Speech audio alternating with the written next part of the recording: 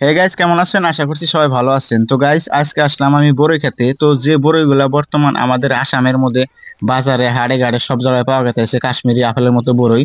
তো সেই বড়ই খেতে কিন্তু আমি এলাম। এই যে দেখতে পাচ্ছেন আমার সামনে কত বড়ই, একদম কাঁচা কাঁচাই বড়ই, মানে ওরকম পাহেনি আর কি। তো একটা পাহা বড়ই আমি ছিললাম, তো সিরা খাই দেখলাম।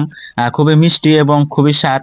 আর এই বড়ইগুলা কিন্তু বর্তমান আমাদের আসামের সব জায়গায় পাওয়া যাচ্ছে, কাশ্মীরি আপেলের বড়ই কয়। এবং দামও অত দাম না, কম দাম। তো এই বাগানে থেকে কিন্তু সব হোলসেল নিয়ে যায় আমাদের সাউথ সোনার মানকাসার ডিস্ট্রিক্টে যত বড়ই পান। তো এইটাই কিন্তু সবচেয়ে বড় বড়ই বাগান, প্রায় 15-20 বিঘার উপরে।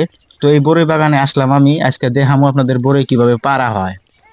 গাইস, দেখতে পাচ্ছেন আমি কিন্তু একটা বালতি নিয়ে রেডি হয়ে গেলাম। আর যে জায়গায় পাহা পাহা বড়ই আছে, মানে পাহা বেশি হয়েছে, তো ওই জায়গার মধ্যে গেতাইছি। ওই জায়গায় যে বড়ইগুলা পারমু আর আপনাদের দেখামু অ্যাকচুয়ালি যে বড়ইগুলা কিভাবে পারে, কিভাবে কি করে এবং কত টাকা বিক্রি করে ছোটটা এবং কত টাকা বিক্রি করে বড়টা, সবকিছু এই ভিডিওতে আপনাদের দেখামু। তো ভিডিওটা সবাই লাস্ট পর্যন্ত দেখে যান। যারা যারা হয়তো জানেন না এই বড়ের বিষয়, তো বড়ের বিষয়ে আপনারা সবাই জানা যান। তো গাইজ, দেখতে পারছো আমি কিন্তু বড়ই খুঁড়তাইছি। হয়তো বহুত জনে কইতে পারে কে রে আইলো বড়ই পারবার বড়ই খুঁড়ে কে। তো বড়ই গুলো একজনে অ্যাকচুয়ালি নাড়ি দিয়ে পাইরা পাইরা থুয়ে যায়, আর 2-3 জনে হয়তো খুঁড়া খুঁড়া বালতিতে লোড করে নিয়ে একখানে ডালে। কারণ এই বড়ই গাছগুলা যারা যারা দেখছে সবাই কিন্তু জানেই যে অ্যাকচুয়ালি বড়ই গাছগুলা ছোট ছোট হয়, অল্প বড় হয়। 1 বছর যেটুক বড় হয় ওটুকের মধ্যে বড়ই ধরে। আর অল্প বড় হইলে একটা ছোট একটা নাড়ি নেয়, তো এই নাড়ির মাথায় একটা লোহা গাইরা ওই লোহার দ্বারাই পারে।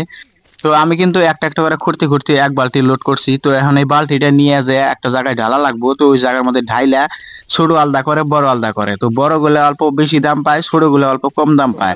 কারণ এই জায়গায় থেকে বস্তায় বস্তায় হোলসেল যায়, যদি একসাথে সব গড় দিয়ে দেয় তাহলে দাম কম পাইবো। ওই জন্য ছোট বড় সব আলাদা করা হয়, আলাদা কইরা সেই বস্তার মধ্যে প্যাকেট করা হয়। তো দেখতে পাচ্ছেন এই যে এই জায়গার মধ্যে ঢালতাইছি, এই যে আমি একা একে কিন্তু অলরেডি 2-3 বালতি নিয়ে আইলাম। আপনারা হয়তো বালতির কালার দেখে বুঝতেছেন। একটা মায়ার পাখি পুষলাম আমি বুকেতে দরিয়া, তারে আদার দিলাম কত আমি যত্ন করিয়া।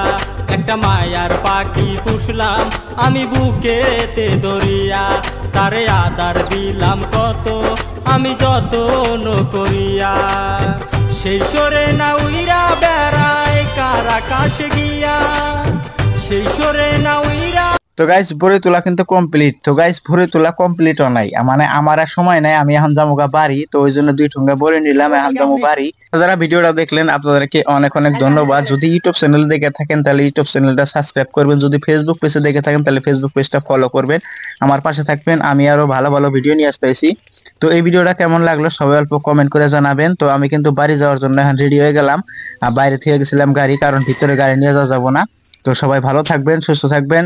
আল্লাহ হাফেজ, খোদা হাফেজ।